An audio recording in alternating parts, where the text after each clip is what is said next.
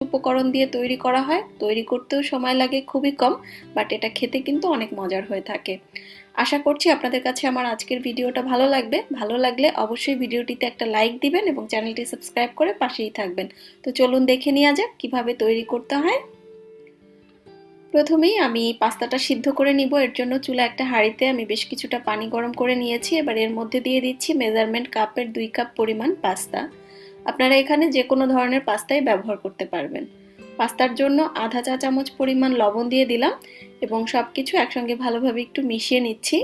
গরম পানিতে পাস্তা দিলে সাথে সাথে একটু মিশিয়ে নেবেন, তা না হলে কিন্তু আবার দলা পাকিয়ে যায়। এবার পাস্তাগুলো আমি মাঝারি আঁচে সিদ্ধ করে নিব। প্রত্যেকটা ব্র্যান্ডের পাস্তার গায়ে কিন্তু ইনস্ট্রাকশন দেওয়া থাকে যে পাস্তাগুলো কত মিনিট সিদ্ধ করতে হবে, তো সেটা দেখে আপনারা সিদ্ধ করে নেবেন।